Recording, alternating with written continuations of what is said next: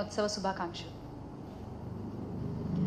సమాన హక్కులు, సమాన అవకాశాలు, సమాన అధికారం రాష్ట్ర వ్యాప్తంగానే కాదు ప్రపంచవ్యాప్తంగా ఉన్న మహిళలు బాలికలు బయటకొచ్చి వాళ్ళ యొక్క హక్కుల కోసం గొంతెత్తి అడిగేటువంటి రోజు ఇది.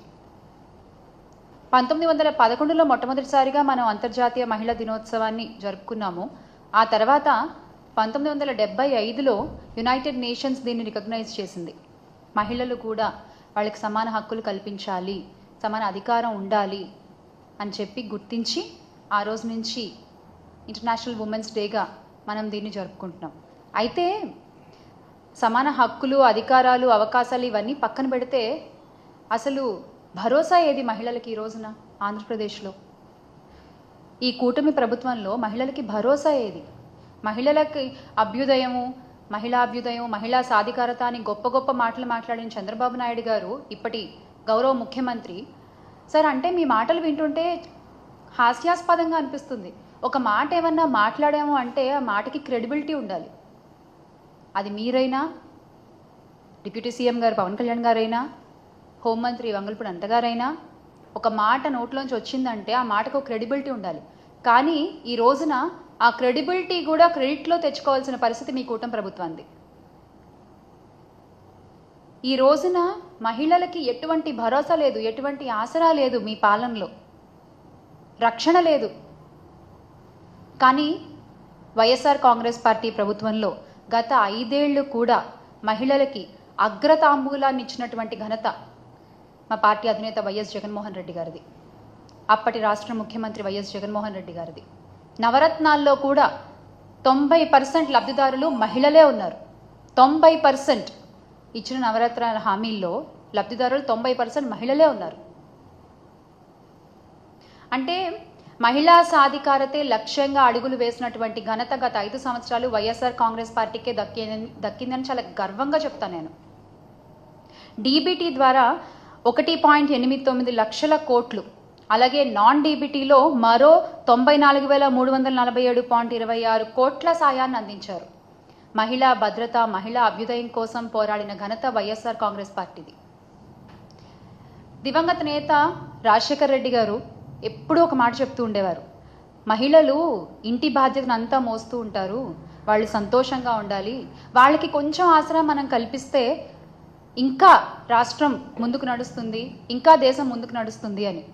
ఆ మాటని గుర్తుపెట్టుకుని వాళ్ళ నాన్నగారి కంటే 2 అడుగులు ముందే ఉండి ఈ మహిళా సాధికారతలో, మహిళా అభ్యున్నతిలో, మహిళల రక్షణలో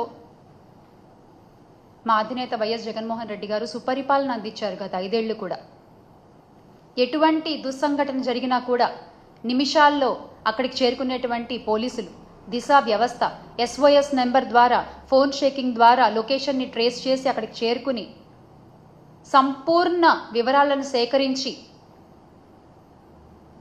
వాళ్ళకి, ఆ నిందితులకి శిక్ష పడేలా చేసి విక్టిమ్స్కి న్యాయం జరిగేలా చేసినటువంటి ఘనత గొప్ప దిశ యాప్ది.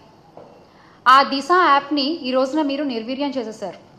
అంటే దీన్ని మేము దిశ యాప్కు జాతీయ స్థాయిలో 19 అవార్డులు వచ్చినటువంటి ఈ యాప్కు దిశ చట్టం రావాలి అని చెప్పి మేము ఆ కాగితాలని పంపిస్తే ఇప్పటి విద్యాశాఖ మంత్రి, ఇప్పటి హోంమంత్రి ఆ కాగితాలని తగలబెట్టేశారు.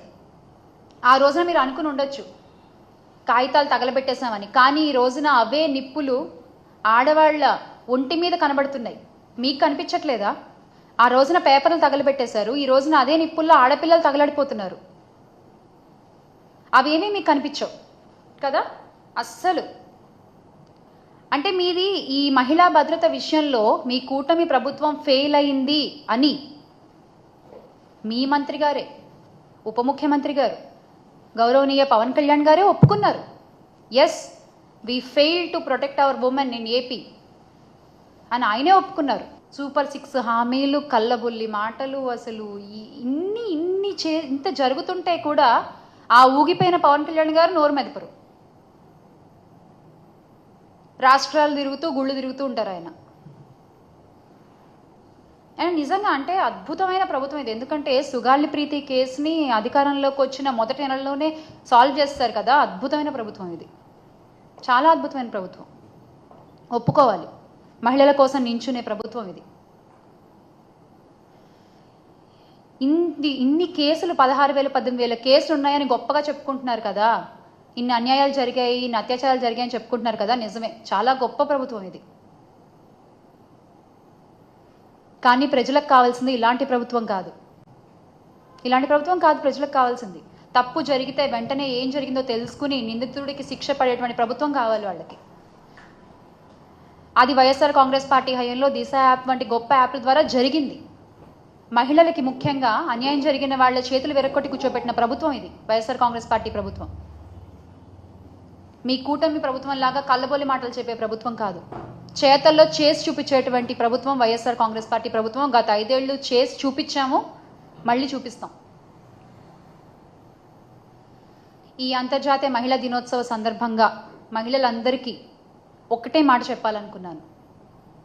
మళ్ళీ త్వరలో మీరు ధైర్యంగా తిరిగే రోజులు వస్తాయి. మళ్ళీ మీకు ఆసరా లభిస్తుంది, మళ్ళీ మీకు భరోసా లభిస్తుంది. అది ఒక జగన్మోహన్ రెడ్డి గారి ద్వారానే మనకు సాధ్యమవుతుంది. So make Andhra great again with Jagananna.